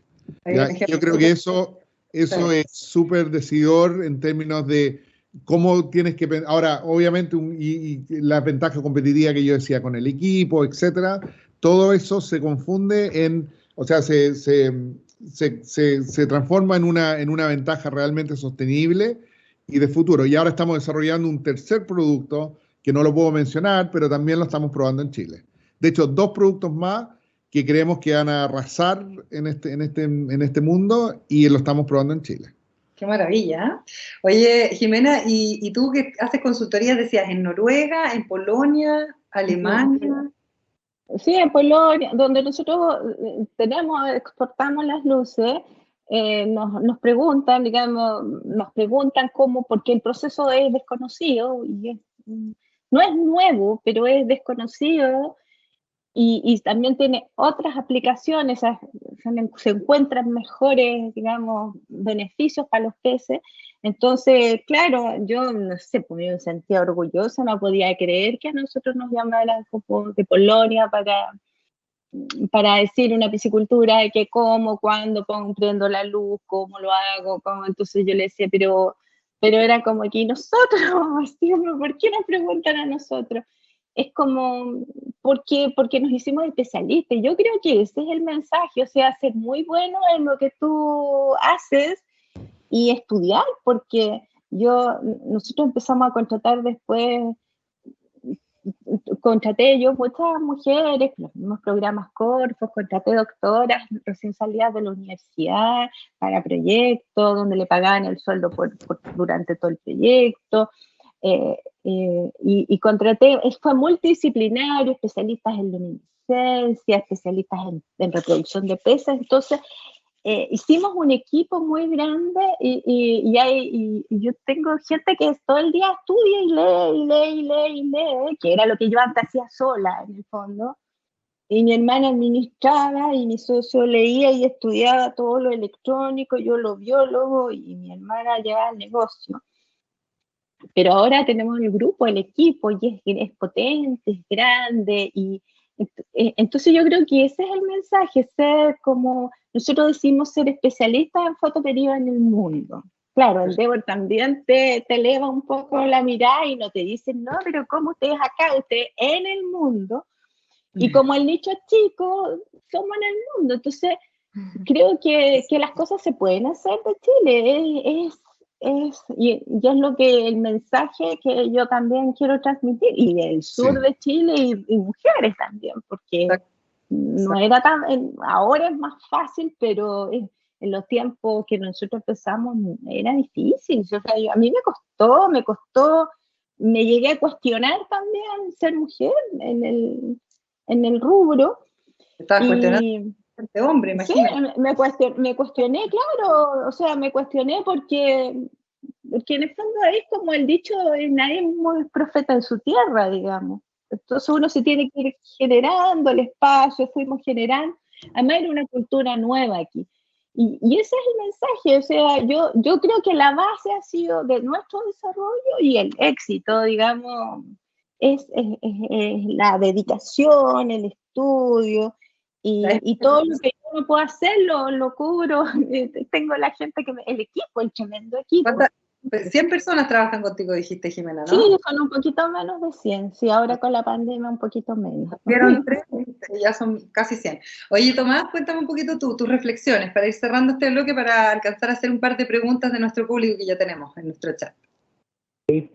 Bueno, yo creo que en nuestro caso, nuestro proceso de innovación fue y sigue siendo de aprendizaje continuo y mejoramiento, porque desde cómo partimos haciendo nuestros pitch, nuestros prototipos, hoy en día seguimos también aprendiendo en el proceso ya de ventas también. Entonces, no ha sido algo que se detenga. No hemos parado. La verdad, uno dice, uno va a sacar un producto al mercado y ahí se acaba. La verdad que no es así. Uno está constantemente aprendiendo y tratando de aplicar lo que va aprendiendo. Y ese bichito te pica y ya no lo quieres soltar más. Así que, la verdad, yo creo que por ahí fue nuestro camino. Y lo que lo fomentó fue el inicio, al principio, saliendo de la U, ahí partió. Yo entré a la universidad queriendo salir y encontrar un trabajo al tiro y empezar a trabajar, y yo creo que la gran mayoría tenemos esa idea desde que uno empieza a estudiar, pero el camino se va haciendo en el mismo camino y ahí uno va viendo qué alternativas vas tomando, y jugársela, confiar en uno. Quería complementar un poco lo que decía Jimena de mirar al mundo y ahí lo que nos pasó cuando nos seleccionó Endeavor, yo estoy de la primera generación de Endeavor, y llegó Endeavor y trajo a un venture capital famoso, importante, y se sentó, y yo en esa época, como estaba en Chile, y había descubierto que el mercado era chico, entonces lo que había pasado es que había desarrollado un producto, había saturado el mercado, después había agarrado un segundo, y cuando llegó este gringo, tenía 8 distintas líneas de negocio que eran relacionadas de alguna manera, pero eran claramente distintas. Y el Venture Capital me miró y dijo, ustedes están locos, esto no se puede hacer. Y yo le digo, pero bueno, lo estamos haciendo, pero me dijo, pero tú vas a tener que seguir desarrollando cada una de estas líneas, y me imagino que cada cliente te pide más cosas, y en este minuto debe estar vuelto loco. Y efectivamente, a pesar de que no iba bien, teníamos buen margen en cada una de las líneas, el conjunto era terrible y casi no llegábamos no había capital en Chile en ese momento. Y bueno, entonces le digo, bueno, ¿y cómo lo tengo que hacer entonces? Entonces me dice, lo que tienes que hacer es, agarra tus 8 negocios, elimina a 7, deja uno solo, y te concentras en ese, te enfocas en el cliente, te aprendes a meterte en las venas del cliente, de sentir el cliente, de saber más de esto que sabe el cliente, y con eso en algún día te vas a transformar en el mejor del mundo, y ahí vas a ser exitoso. Entonces yo le digo, bueno, pero ¿y cómo sobrevivo? ¿Cómo sobrevivo si tengo que eliminar toda esta línea de negocio? Y me dijo, no sé, ese es el problema tuyo. Pero bueno, al final, pero el punto era que efectivamente Endeavor después quedamos pendientes nosotros en esa primera sesión, por lo mismo, porque no era viable lo que estábamos pensando, y nos mandaron un montón de gente a ayudarnos, a apoyarnos, y finalmente logramos encontrar el camino, y efectivamente esa es la clave, es concentrarte el foco en un producto, en un cliente, en un conocimiento, un poco lo que dice Jimena, que se transformaron en expertos, y después de eso, entonces lo demás ya empieza a caer por su propio peso. Súper buena anécdota, muy buen dato para complementar lo que estaba diciendo la Jime, y justo había una pregunta del público que nos preguntaba a ver si había alguna anécdota o aprendizaje en el modelo de intentar levantar capital. ¿Alguien más quiere complementar esa idea o tengo otra? ¿De levantar capital? ¿Sí? Sí, bueno, yo he levantado harto capital, yo llevo como casi más de 50 millones levantado a la fecha, en total. Y yo creo que lo importante, de nuevo, es foco, es tener claro el negocio, es tener identificado, tiene que haber un mercado, la tecnología tiene que funcionar y tienes que tener un equipo excelente. Si se cumplen esos tres, como yo me acuerdo en la universidad me decían, si tienes una buena idea, la plata viene sola. Y me acuerdo en la universidad yo decía, eso es una estupidez, ¿cómo puede ser eso? Y la verdad es que si cumple esas tres cosas, efectivamente es así. Oye, ¿y dónde queda el propósito, además de esa buena idea? Se lo pregunto a todos. No sé quién quiere empezar a contestar. Yo creo que el propósito es lo principal. ¿El propósito?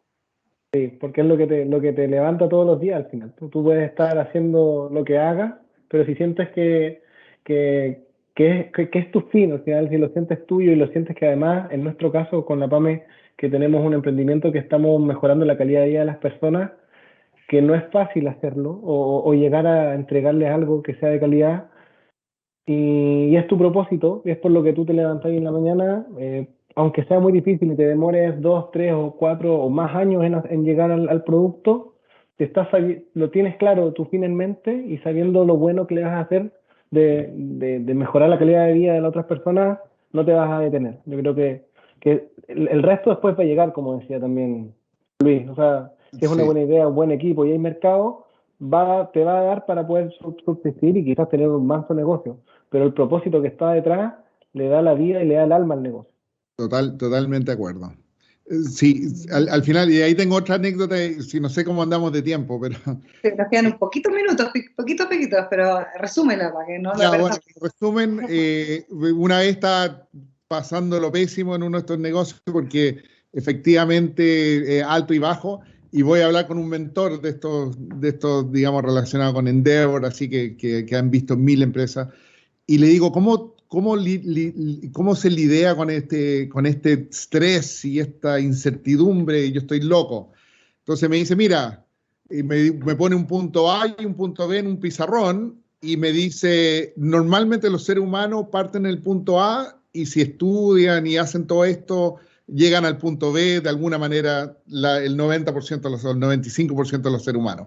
Pero tú has elegido un camino y en vez de la línea recta que dibujó entre el A y el B, donde el B estaba más arriba que el punto A, digamos, muestra una línea así que va por todos lados y parte en el A, pero termina en el B. Y dice, y el problema está que tú no sabes cuándo vas para arriba, cuándo vas para abajo, y muchas veces solamente el 10% llega. Entonces, y dijo, la única cosa es que te tiene que gustar el camino, el journey. Todo se trata del viaje y el paseo y que lo pases bien, porque si no lo pasas bien y no te gusta y no el propósito, lo que decía Tomás, entonces no puedes manejar eso. Y cuando cambia ese foco y usa esa manera de mirar las cosas, la verdad es que se te hace mucho más fácil. ¿Jimena? A mí mi socia me dice, estamos condenadas al éxito. Así como todos los días, es como divertido decir, porque es una condena. ¿Por qué? Porque estamos condenadas al éxito. Ella me dice, estamos condenadas al éxito. Es una condena al éxito. Lo único que tenemos es ser exitosa, nada más. Pero ese éxito viene también ligado al propósito, un poco la misma lógica de lo que estábamos hablando. Claro. Sí, o sea, en el fondo es como el levantarte en la mañana porque tienes muchos desafíos, y yo de repente ahora, después del tiempo, con un poco ya de mayor madurez, pienso, ya, hay que centrarse en menos cosas que tanto volar por aquí. Entonces ya, esta es la línea y vamos a ponerle tiempo, porque si no son muchas ideas y claro, al final uno tiene mucho en la mano y no concreta. Entonces ahora lo pienso como más relajadamente y voy ahí. Y en realidad es como ver los avances, es lo que te motiva, te da, o sea, ver cómo las cosas se mejoran, cómo es, y es histórico lo que está sucediendo en los peces, que eso es lo que estudiamos. Entonces, a mí uno dice, chute, yo soy parte de esto, ¿cómo ha cambiado la historia también?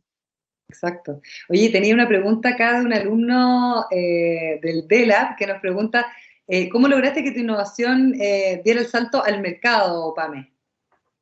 Bueno, nosotros todavía no salimos al mercado, todavía estamos en etapa de validación. Ahí los dispositivos médicos tienen este tiempo que es mucho más largo de que como son dispositivos que se usan con pacientes, se tienen que probar, se tienen que validar en un estudio, en un ambiente clínico, entonces es un poco más complejo el salir al mercado. Nosotros ahora estamos haciendo esta validación en el Hospital Sotero del Río, así que estamos esperando que nos dé la aprobación el Comité de Ética, que todo esto es muy protocolar. Estamos esperando la aprobación del Comité de Ética para poder comenzar con el estudio, y ahí ya es la opción o el camino donde ya uno puede salir al mercado. Oye, y me preguntaban también qué significa, y en esta misma lógica yo creo, el haber recibido este reconocimiento de Avoni. No, como mencioné al comienzo, yo creo que algo que no nos esperábamos. Nosotros tenemos la lógica de que uno siempre postula, y lo bueno de las postulaciones a fondos, a concursos, es que te dan retroalimentación, y por lo menos eso también te sirve a ti para poder ir mejorando y también ir viendo un poco cómo es la mano al momento de postular. Nosotros cuando postulamos, la verdad es que no pensábamos que íbamos a quedar, en verdad era algo que nos dijeron que postuláramos y fue como, ok, hagámoslo. Y cuando nos llamaron y nos dijeron que habíamos quedado, yo creo que ni siquiera lo creíamos. O sea, no, yo me acuerdo que iba manejando y ni siquiera lo podía creer, claramente con manos libres contesté, pero no podía creerlo, como que habíamos ganado. O sea, para mí el Avoni es un reconocimiento ya a otro nivel, donde las personas que han ganado años anteriores son proyectos gigantes, o sea, que son muy, muy buenos. Entonces, para nosotros el ganar nos llena de orgullo. O sea, yo creo que como equipo, como dije, es la mayor motivación en estos momentos donde claro, un año con pandemia, hemos pasado, me encanta escuchar, por ejemplo, cuando Luis dijo que estaba en una etapa súper mala, me encanta escuchar eso, porque cuando uno está en una mala época piensa que solamente le pasa a uno, pero la verdad es que, y ver ahora el nivel en el que se encuentra Luis, y ver que pasó por etapas de penuria, como que por lo menos a mí me hace sentir mucho mejor, y claramente estos reconocimientos te comprueban que el trabajo que estás haciendo lo estamos haciendo bien. Oye, me encantó esta conversación porque además hay un cruce de generaciones súper importante. Yo creo que todos los que somos emprendedores en distintas áreas, de alguna u otra manera nos hemos sentido identificados con todos ustedes, así que les quiero dar las gracias, Jimena, Tomás, Pamela, Luis, por esta conversación súper honesta, sencilla, cercana, pero maravillosa, inspiradora bajo mi perspectiva, y que la verdad es que generó un montón de preguntas. Lamentablemente se nos acabó el tiempo, pero vamos a dejarlas por ahí también para que ustedes quizás se puedan comunicar con nuestros webvidentes, como les digo. Así que muchas gracias. Perfecto. Gracias, Muchas gracias por invitarnos. Gracias, sí, gracias a ustedes por el tiempo. Un abrazo grande. Chao, chao. Gracias. Chao, gracias. Yo a continuación les quiero contar que gracias al acuerdo que les estábamos señalando antes con el Stanford Technology Venture Program de la Universidad de Stanford, hace más de 10 años que se ha generado este intercambio de conocimientos que ha permitido tanto a alumnos como docentes de ambas universidades, estoy hablando de la Universidad del Desarrollo, UDD, a vincularse y a generar proyectos en común. Y precisamente Tina Selling fue una de ellas, y hoy tenemos la suerte de contar con su presencia después de conversar con nuestro panel.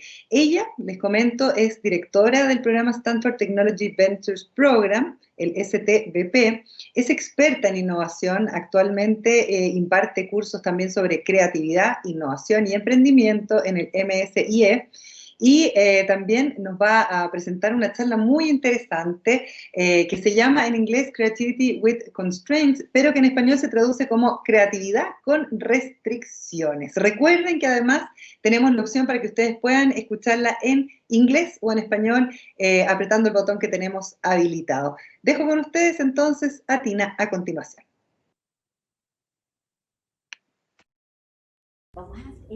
Los últimos 18 meses han estado llenos de muchísimas limitaciones, ya sea no poder salir, tener que usar una mascarilla, trabajar desde la casa y muchas otras cosas que han estado en escasez. Las limitaciones han sido una parte central de nuestras vidas.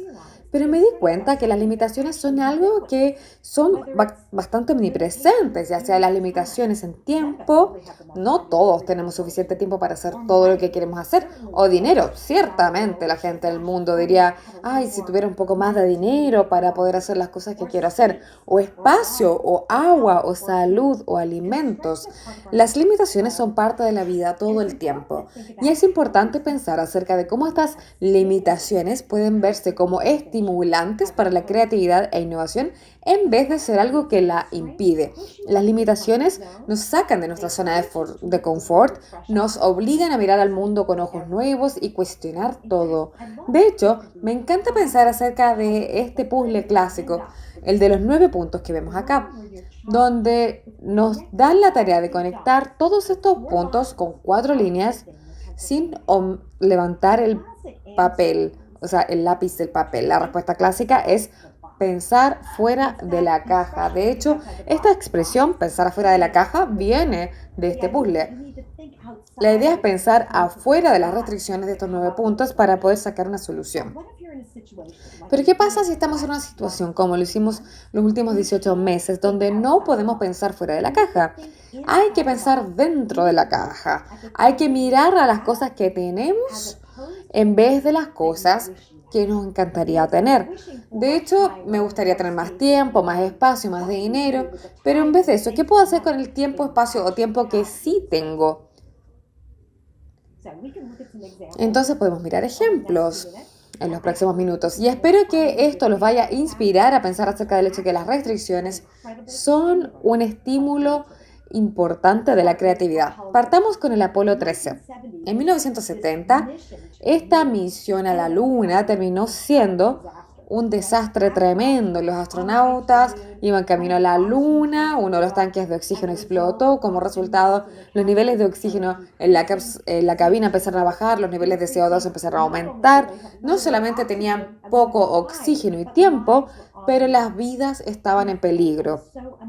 Y lo que fue increíble fue que estos científicos e ingenieros que estaban acá en el control de la misión tomaron todas las cosas que sí tenían, no las cosas que les faltaban o que deseaban tener, todo lo que había en la cápsula, las pusieron en una mesa y dijeron, adivinen qué, necesitamos ver cómo resolver este problema con las cosas que tenemos aquí mismo, acá en la cápsula y ahora. No podemos pensar acerca de las cosas que nos gustaría tener, tenemos que pensar acerca de lo que hay. Y con esas limitaciones fueron capaces de milagrosamente resolver ese problema. Entonces podemos mirar muchos ejemplos, no necesariamente de vida o muerte, pero donde falta humor. Pensemos acerca de Monty Python. Yo sé que quizás conocen esta película, Los Caballeros de la Mesa Cuadrada de Monty Python. El guión pedía que hubiera un corcel con un caballero con su armadura que bajaba por una colina y quería atacar un castillo. Y las personas que miraban esto tratando de producir la película dijeron, esto es una locura, no tenemos plata para un caballo. O sea, ¿cómo vamos a poder hacer que funcione esta escena? Entonces miraron y alguien recogió 2 cocos y empezó a hacer un ruido con los cocos junto con el mismo tiempo que las patas de unos caballos. Y esta terminó siendo una de las películas más chistosas de todos los tiempos. Esta escena, de hecho, es famosísima. Es una escena muy icónica en todas las películas de Monty Python, donde tenían la restricción de poco presupuesto y pudieron hacer que esto fuera graciosísimo. Y podemos mirar al tiempo y podemos ver las restricciones como siempre han sido un estímulo para la creatividad. Pensemos en el haiku. Hace cientos de años que existe y la limitación es un poema que tiene 5, 7 y 5 sílabas. Y también un haiku tiene que capturar alguna esencia de la vida. y dar un mensaje muy importante. Aquí hay un ejemplo. Esto es un haiku muy famoso que se llama La vieja poza. Una poza silenciosa y antigua. Una rana salta, splash, vuelve al silencio. Y aquí está encapsulado este mundo en este pequeño poema de 5, 7 y 5 sílabas. Podemos quizás volver a los tiempos modernos y podemos mirar a estas notas biográficas de 6 palabras. Ernest Hemingway le preguntaron si se podía escribir su historia de vida en 6 palabras. Eso es increíble, tremenda limitación. Y él pensó unos segundos y dijo, a la venta, zapatos de bebé nunca han sido usados. Qué cuento más triste. Entonces, esta es una herramienta que ocupo en mis clases para que los estudiantes se presenten unos a otros. Y acá hay ejemplos que pueden encontrar en línea. Si buscan estas notas biográficas de 6 palabras, hay muchísimos ejemplos. Y acá hay algunos que pilla. Soy discapacitado, pero no necesito ayuda. Me quedé en repetición, me quedé en repetición. El hobby se convirtió en un trabajo, estoy buscando un nuevo hobby. Y en el mundo de hoy, estas restricciones son una manera significativa de la parte que nos comunicamos. Piensen en Twitter, tanta gente en Twitter todos los días, y cuando empezó teníamos 140 caracteres. Entonces es un tremendo estímulo. La gente pensó que era una locura, pero esa limitación obligó a que la gente pudiera reducir estas grandes ideas en este marco tan pequeño, donde había que comunicarse con el mundo.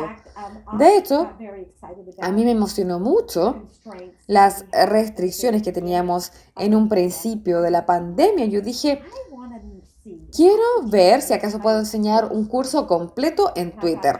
Y dije, ¿cómo lo haría? Entonces decidí crear una serie de clases de tamaño pequeño que se llamaban jolts o sacudidas, que solamente se entregaban por tweets. Y en un mes, cada sacudida incluía un link a un video corto y una tarea pequeña, y todos los clips eran de nuestra colección de eCorner en Stanford. Y fue un gran desafío para mí misma. ¿Qué puedo hacer con esta pequeña lona todos los días enseñar algo, una clase? Esta es una de las clases que di, la sacudida número 8. Hablamos acerca del poder de las restricciones y la creatividad, y un clip clásico con Marissa Mayer acerca del hecho de que la creatividad le encanta las limitaciones. Hay un link al video y la tarea era qué limitaciones tiene ahora y cómo lo han estimulado para ser más creativo. Y la gente posteaba sus respuestas. Acá hay uno. Esto es uno de los que llegó por este tweet. Ya no puedo viajar y conocer gente fascinante, pero mucha gente fascinante ofrece webinars o charlas por Zoom y otras plataformas, y con honestidad nunca he conocido tanta gente tan interesante como lo hago ahora, lo que me inspira a ser una persona más interesante yo misma. Entonces esta clase duró 30 días, me encantó hacerla, y mucha gente en el mundo participó en este pequeño curso que hicimos solamente con estos pequeños tweets. De hecho, tengo mucha experiencia trabajando con limitaciones. He estado enseñando clases en creatividad e innovación en San Quintín, una prisión estatal, por los últimos 9 años. Y trabajando con el programa acá que se llama La Última Milla. Esta última milla fue desarrollada inicialmente para poder enseñarles habilidades de emprendimiento a los hombres de San Quintín. Y así fue como me involucré. Y luego cambiaron el programa para empezar a enseñar códigos también. Entonces los hombres que llegaban al programa no solamente tenían habilidades de emprendimiento, pero también tenían habilidades técnicas para poder llevar sus ideas a la vida. He enseñado clases por mí misma, pero también clases donde llevo a mis estudiantes de Stanford, y enseñé una clase que se llamaba Desatando la innovación en la prisión, y tuve 16 hombres de San Quintín y 6 alumnos de Stanford, e hicimos una actividad y todos trabajaron en grupos donde tenían que dos hombres de San Quintín y 2 de Stanford. Y en cada caso yo les daba las herramientas para ir de la semilla de una idea a la innovación, y luego tenían que contar una historia acerca de su idea. Y de hecho a veces yo les daba proyectos que eran un enunciado de una palabra. Por ejemplo, memoria, podría ser familia, podría ser el futuro. Entonces, una vez les di un trabajo donde el tema era los incendios forestales. ¿Y por qué los incendios forestales? Esto es algo que en California sufrimos muchísimo, hace mucho tiempo, especialmente durante el verano. Y los hombres de San Quintín sufren bastante con los incendios.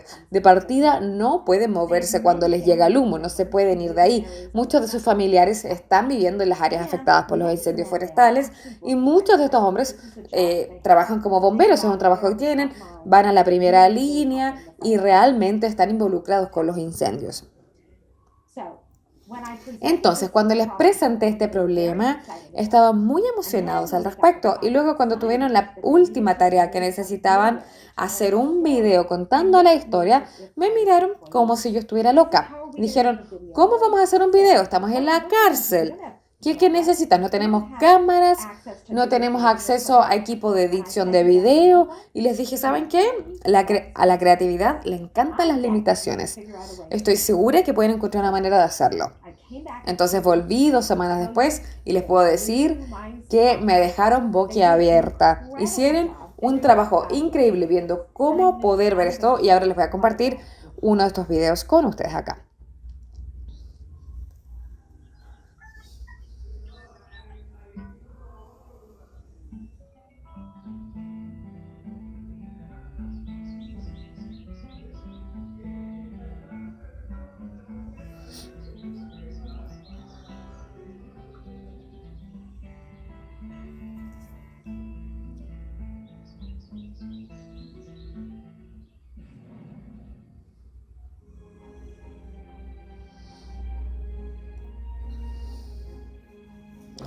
No seas el último en irte. Firetrans. En caso de evacuación, pide que te recojan. Suscríbete a firetrans.com.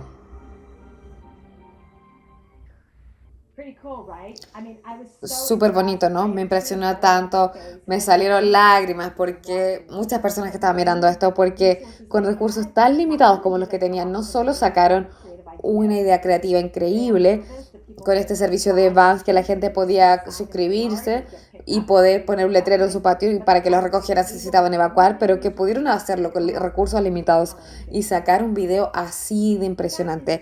El hecho es que las limitaciones son estimulantes a nuestra imaginación. Ya hay una cita muy bonita del artista Phil Hansen que dice: necesitamos primero ser limitados antes de perder estos límites.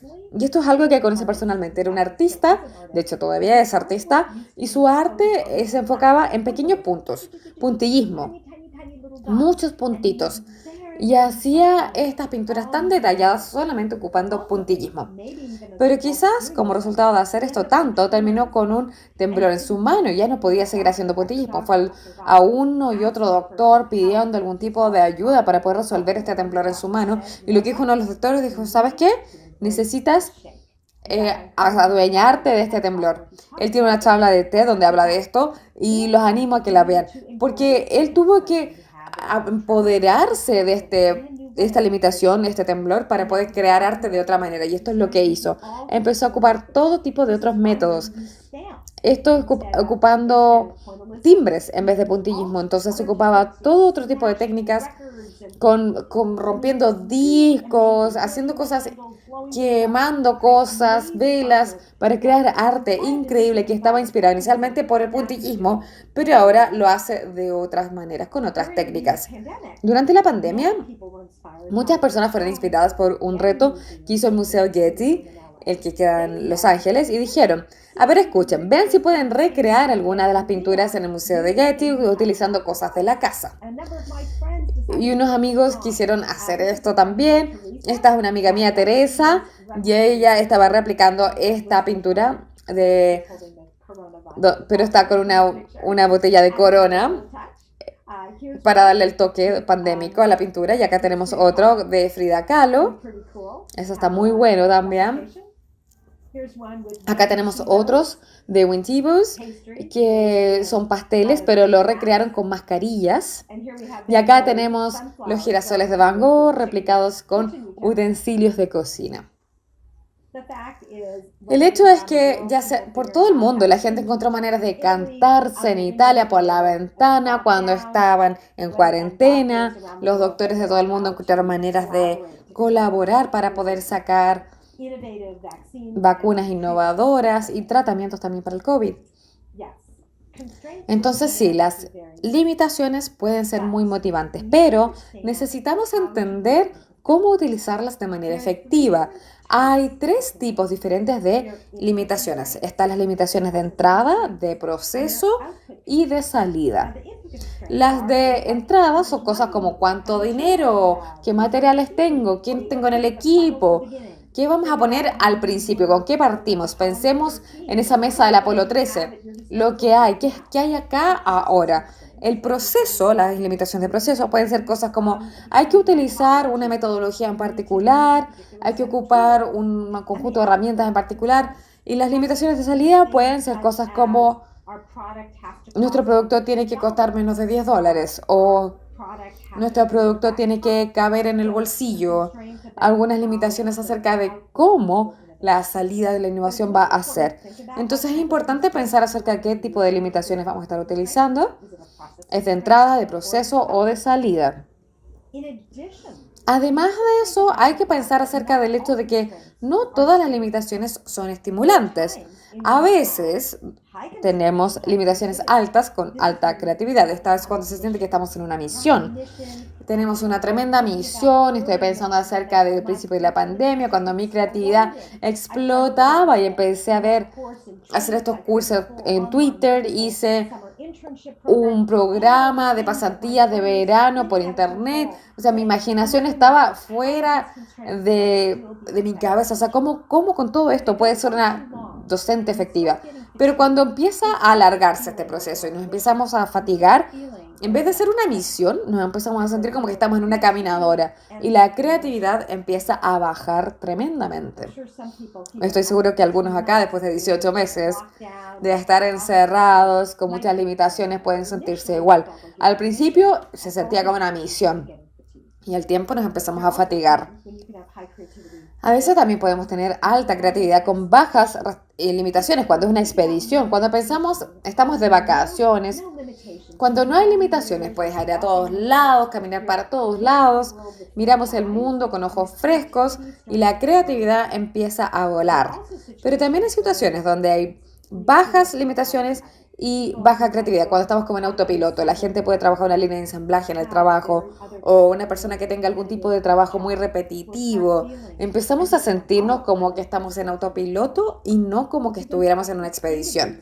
Es importante pensar en esto como si cuando estemos trabajando con una organización, con equipos solos, qué tipo de limitaciones tenemos de entrada, de proceso, salida y también cómo nos podemos mantener sobre esta línea acá. Cómo podemos volver a estar entre una expedición y una misión y no caernos abajo de la línea a hacer con los colegas que estamos en autopiloto o bien en una caminadora eterna. Me dedico mucho con mis estudiantes a enseñarles cómo ocupar las limitaciones para estimular su creatividad. Voy a darles 3 ejemplos de cosas que yo hago en mis clases para ayudar a los estudiantes a pensar acerca de cómo mirar a las limitaciones como un estímulo. Primero, si pensamos acerca de esto, la pregunta que hacemos es el marco en el que está la respuesta.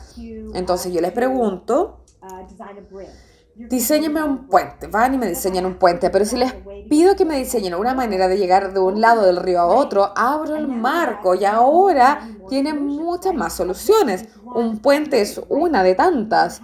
Podríamos también tener un túnel, podríamos tener un globo para volar por encima del agua o una cuerda para ir de un lado a otro. Podríamos hacer tantas cosas diferentes.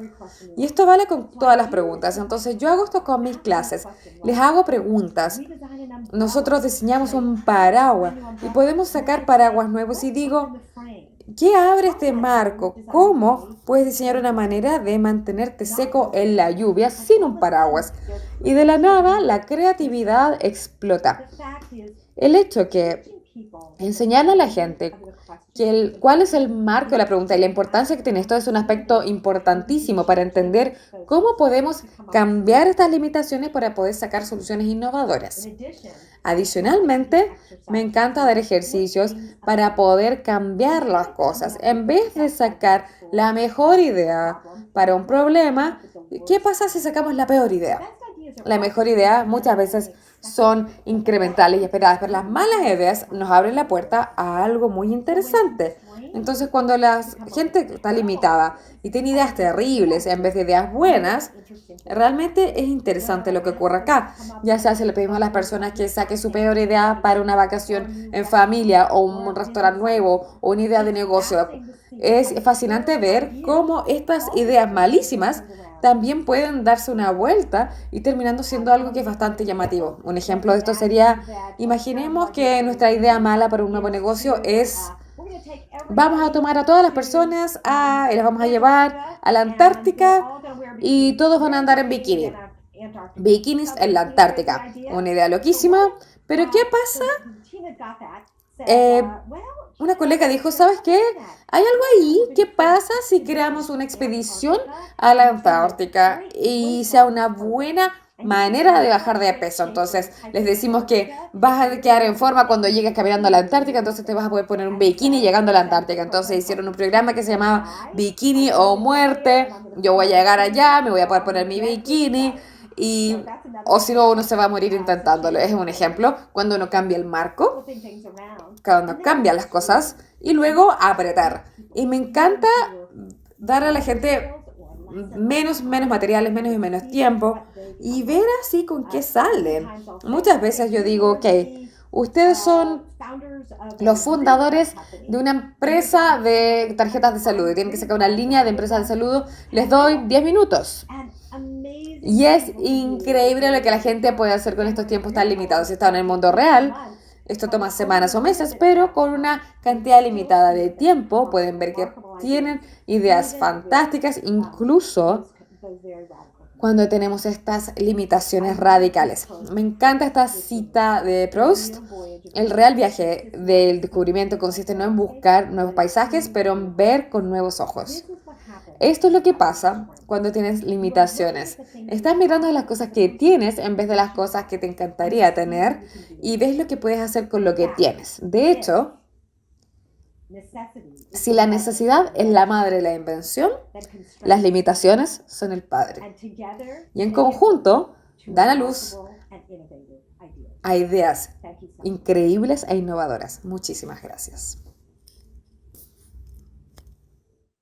Agradecemos esa ponencia tan interesante de Tina Zillig por compartir contenidos que finalmente se vuelven no solo importantes, relevantes, inspiradoras para poder seguir adelante pensando y generar nuevos modelos de negocio, pensando también en, como yo les decía, en esta reactivación sostenible, económicamente, socialmente y medioambientalmente, que vaya generando un impacto positivo y por supuesto que pueda hacer que estos negocios salgan de Chile hacia el mundo. Les quiero agradecer por estar con nosotros conectados durante nuestro encuentro Made in Chile Innovación Sin Fronteras, que además aprovecha de celebrar estos 10 años del programa D-Lab de ICUBO, organizado por el Instituto de Innovación e Interdisciplina de la Universidad del Desarrollo, junto a nuestros partners de Stanford Technology Ventures Program y Endeavor Chile. Gracias a todos por participar y nos encontramos muy pronto. Que estén muy bien.